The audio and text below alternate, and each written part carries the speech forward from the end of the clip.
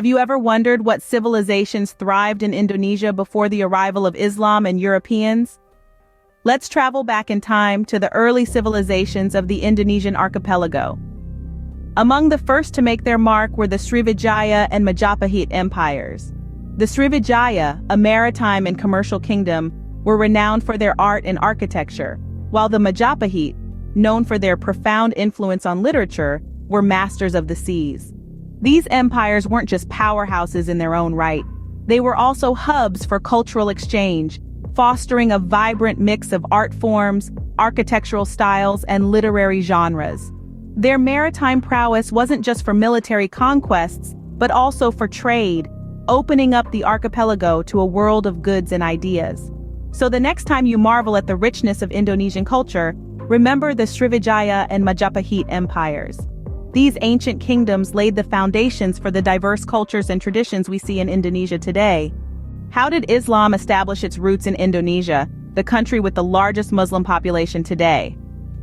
Around the 13th century, Islam began to spread across the Indonesian archipelago. This wasn't through conquest or force, but rather through the peaceful means of trade. As traders from the Middle East and India arrived on Indonesian shores, they brought with them not only their goods, but their beliefs as well. The result was the emergence of sultanates such as Aceh, Demak, and Mataram, each playing a unique role in the adoption and adaptation of Islam in their regions. This period also saw the flourishing of the spice trade, with Indonesia's rich resources of nutmeg, cloves, and pepper attracting merchants from around the world. This trade not only brought wealth, but it also facilitated the spread of Islamic culture and ideas. In essence, the arrival of Islam and the flourishing of the spice trade were pivotal in shaping the course of Indonesian history. The arrival of Islam and the spice trade forever changed the course of Indonesia's history. What happened when European powers landed on the shores of the Indonesian archipelago? This moment marked a turning point in Indonesian history that would forever change its landscape, both literally and metaphorically. The Portuguese were the first to arrive in the early 16th century, drawn by the allure of the lucrative spice trade. They established trading posts, bringing with them a new religion, Christianity, and a host of European customs and traditions. Not long after, the Dutch set foot on Indonesian soil, establishing the Dutch East India Company in the early 17th century. They dominated trade, politics, and society, laying the foundation for what would become the Dutch East Indies. The British too made their mark, albeit briefly, during the Napoleonic Wars. These European powers, with their distinct cultures and ambitions, left an indelible imprint on Indonesian society. They shaped its political structures, influenced its cultural norms, and altered its economic mechanisms. The impact of European colonialism on Indonesian society and culture was profound and far-reaching. What was the impact of the Dutch East Indies and the cultivation system on Indonesian society? The Dutch East India Company, also known as VOC, was a significant force in shaping the history of Indonesia. Established in the early 17th century, the VOC emerged as a powerful trading entity, monopolizing trade routes and resources within the Indonesian archipelago. But the VOC's influence extended far beyond trade. In the 19th century, the Dutch colonial government introduced the cultivation system, or cultuurstelsel. This system required Indonesian peasants to dedicate a portion of their land to growing cash crops for export, such as coffee, sugar, and indigo. The cultivation system had profound impacts on Indonesian society. It disrupted traditional farming practices and led to significant economic changes. Moreover, the system often led to exploitation and hardship for many Indonesian farmers, who were obligated to grow and harvest these crops for the benefit of the Dutch colonial economy. The Dutch rule and the cultivation system left an indelible mark on Indonesia's socio-economic fabric. When and how did the seeds of nationalism sprout in Indonesia? Around the early 20th century, the rise of nationalism in Indonesia began to take root. The formation of political organizations such as Budi Utomo and Sarekat Islam was instrumental in this process. These organizations sought to bring about social and political change, fostering a sense of unity and identity among the diverse ethnic groups that make up Indonesia. This period also saw the emergence of influential leaders who would play pivotal roles in the struggle for independence. Figures like Sukarno and Muhammad Hatta galvanized the people with their visions of a free and sovereign Indonesia. Their powerful speeches and charismatic leadership stirred the hearts of the Indonesian population, igniting the flame of nationalism and setting them on the path towards independence. This flame would continue to burn brightly, propelling the movement forward despite the many obstacles that lay ahead. The flame of nationalism ignited the struggle for independence in Indonesia. Did you know World War II played a crucial role in Indonesia's journey to independence? As the war spread across the globe, the Japanese forces occupied Indonesia, overthrowing the Dutch colonial rule in 1942. This marked a significant shift in the power dynamics of the region. The Japanese occupation, though harsh, sparked a newfound sense of nationalism among the Indonesian people. The Japanese, in their bid to gain local support, promoted Indonesian nationalism, even allowing the use of the Indonesian language in schools. This was a radical departure from the Dutch, who had suppressed Indonesian culture and language. Moreover, the Japanese military trained Indonesian youths, unknowingly sowing the seeds for an armed independence movement. When Japan surrendered in August 1945, it created a power vacuum. Seizing the opportunity, Indonesian leaders Sukarno and Muhammad Hatta declared independence on August 17, 1945. The Japanese occupation was a turning point in Indonesia's struggle for independence. It ignited the flame of nationalism that led to the birth of a new nation. What challenges did Indonesia face after proclaiming independence? The Indonesian National Revolution, which spanned 4 tumultuous years from 1945 to 1949, was an uphill battle against Dutch colonial rule. This was a time of change, a time of struggle, and a time of ultimate triumph.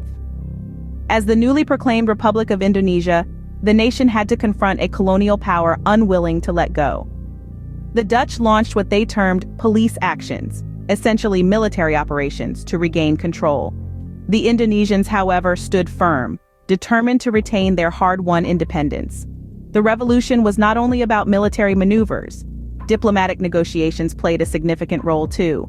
The international community, including the newly formed United Nations, became increasingly sympathetic to Indonesia's cause. Finally, in December 1949, the Dutch ceded sovereignty. The Republic of Indonesia was recognized as a free nation, its independence secured by the courage and tenacity of its people. The Indonesian National Revolution was a testament to the resilience and determination of the Indonesian people. How did Sukarno shape post-independence Indonesia? This question takes us into the heart of the Sukarno era, an intriguing period in Indonesia's history. As Indonesia's first president, Sukarno played a pivotal role in shaping the newly independent nation. His presidency was marked by the implementation of a system he termed guided democracy. Guided democracy was not a democracy in the traditional sense. Instead, it was a system where decisions were made by consensus, but under the careful guidance of Sukarno himself. Sukarno believed this approach would create unity among the diverse cultures and religions in Indonesia. Sukarno's presidency was also marked by his promotion of Indonesian nationalism, non-alignment, and anti-imperialism. He sought to foster a sense of national identity, maintain independence in international affairs, and resist foreign domination. These principles have had a profound impact on Indonesia's political philosophy and international relations. Sukarno's era marked a significant phase in Indonesia's political evolution. What marked the era of President Suharto, and how did it shape modern Indonesia? Let's dive into this. Suharto's presidency ushered in what's known as the New Order regime. It was a period characterized by a focus on economic development and political stability, but also by authoritarian rule. Suharto's government placed a strong emphasis on industrialization, infrastructure development, and the expansion of education. These policies fostered significant economic growth, transforming Indonesia into an emerging economy. However, political stability was maintained through an iron fist. The regime suppressed political dissent, curbed civil liberties, and controlled the media. Moreover, the period was marred by human rights abuses and high-level corruption, leading to widespread public discontent. Despite the economic progress, The negative aspects of Suharto's rule triggered a social and political upheaval that eventually led to his downfall. Suharto's regime left a complex legacy, shaping much of modern Indonesia. What changes did Indonesia undergo following the fall of Suharto? The end of Suharto's New Order regime in 1998 marked a significant turning point in Indonesian history. The nation embarked on a journey towards democracy, a shift that was both challenging and transformative. The post-Suharto era was characterized by a series of reforms aimed at decentralizing power. Regional autonomy was prioritized, allowing local governments to have greater control over their resources and affairs. This was a stark departure from the highly centralized governance of the New Order regime. However, these reforms also brought about new challenges. The transition to democracy meant grappling with political pluralism and managing the complexities of ethnic diversity. It was a delicate balancing act, one that Indonesia continues to navigate today. But despite these challenges, the post-Suharto era was a testament to Indonesia's resilience and capacity for change. It marked the start of a democratic journey, a journey that continues to shape the nation's future. The post-Suharto era ushered in a new chapter in Indonesia's democratic journey. What are the contemporary challenges and opportunities facing Indonesia today? In the tapestry of today's Indonesia, we find a vibrant nation grappling with several compelling challenges. Political corruption, a lingering ghost from the past, still haunts the corridors of power, undermining efforts towards transparent governance. Religious extremism, too, poses a threat, testing the nation's cherished ethos of tolerance and unity in diversity. The environment, once Indonesia's lush green inheritance, is now confronting degradation. Deforestation and biodiversity loss challenge the nation's stewardship of its natural resources. Economic inequality is another hurdle, with the gap between the haves and the have-nots widening in some regions.